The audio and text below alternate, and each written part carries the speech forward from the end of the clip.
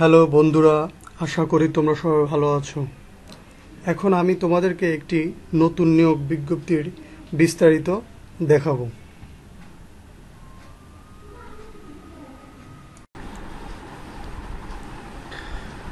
বাংলাদেশ অভ্যন্তরীণ নৌ পরিবহন কর্তৃপক্ষ নিয়োগ বিজ্ঞপ্তি। এখানে বিভিন্ন পদের নাম দেওয়া আছে, বেতন স্কেল দেওয়া আছে, বয়সসীমা দেওয়া আছে এবং পদের সংখ্যা দেওয়া আছে এবং শিক্ষাগত যোগ্যতা দেওয়া আছে। পদের নাম সহকারী প্রকৌশলী, বেতন স্কেল 2015 নবম গ্রেডভুক্ত, বয়সসীমা 21 থেকে 30 এবং পদের সংখ্যা 4টি। শিক্ষাগত যোগ্যতা চেয়েছে পুরো কৌশল অথবা পানি সম্পদে স্নাতক প্রকৌশলী অথবা একই বিষয়ে AMIE হতে সার্টিফিকেট। উপ সহকারী প্রকৌশলী পুরো কৌশল, এস্টিমেটর সিভিল। এখানে জাতীয় বেতন স্কেল 2015 দশম গ্রেডভুক্ত। এখানে বয়স চেয়েছে 21 থেকে 35, পদের সংখ্যা 3টি। শিক্ষাগত যোগ্যতা চেয়েছে অনুমোদিত প্রতিষ্ঠান হতে পুরো কৌশলে ডিপ্লোমাধারী প্রকৌশলী হতে হবে। সহকারী কারিগরি কর্মকর্তা জাহাজ মেরিন, তারপর তত্ত্বাবধায়ক ডিজেল নির্মাণ, যান্ত্রিক জাহাজ নির্মাণ, তত্ত্বাবধায়ক ঊর্ধ্বতন কারিগরি সহকারী যান্ত্রিক ডিজেল জাহাজ নির্মাণ, এস্টিমেটর এবং উপ সহকারী প্রকৌশল যান্ত্রিক মেরিন।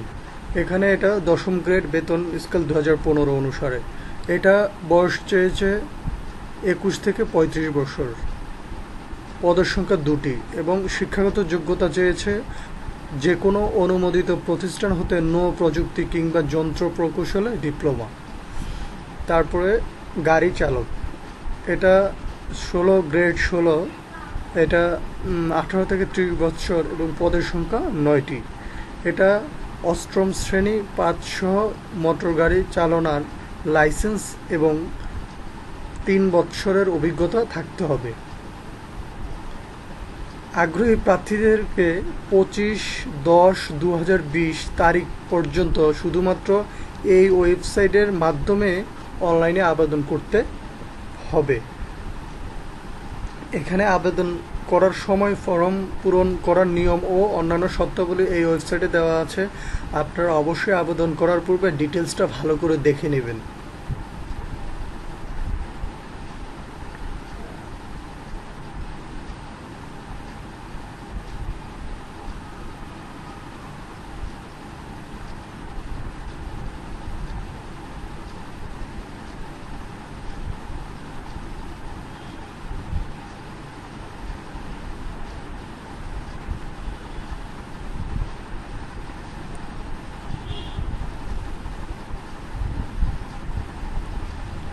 এই ওয়েবসাইটে গিয়ে সমস্ত ডিটেলস দেওয়া আছে এবং প্রবেশপত্র সংগ্রহ করার জন্য আবেদনপত্রে উল্লিখিত মোবাইল নম্বরে যথাসময়ে SMS প্রদানের মাধ্যমে অবহিত করা হবে।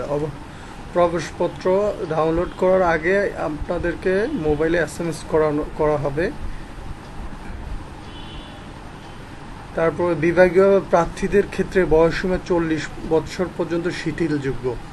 যদি কেউ এই বিভাগে চাকরি করে থাকেন, তারা যদি আবেদন করতে চান তাহলে অবশ্যই বয়স 40 পর্যন্ত তাদের ক্ষেত্রে, এবং প্রতিবন্ধীদের ক্ষেত্রে বয়স 32 বছর এবং মুক্তিযোদ্ধাদের নাতি নাতনিদের ক্ষেত্রে বয়স 30 বছর। বিবাহিত মহিলা প্রার্থীদের ক্ষেত্রে স্থায়ী ঠিকানা হিসাবে স্বামীর স্থায়ী ঠিকানা ব্যবহার করতে হবে।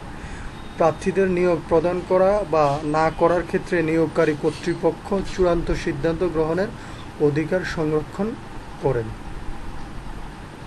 আপনারা অবশ্যই আবেদন করার পূর্বে ডিটেলস ভালো করে পড়ে দেখে নেবেন।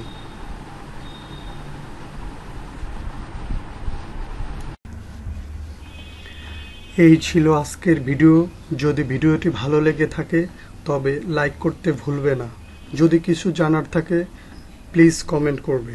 পরবর্তী ভিডিও পেতে সাবস্ক্রাইব করে বেল বাটনটি ক্লিক করবে। সবাই খুব ভালো থাকবে এবং আমার জন্য দোয়া করবে।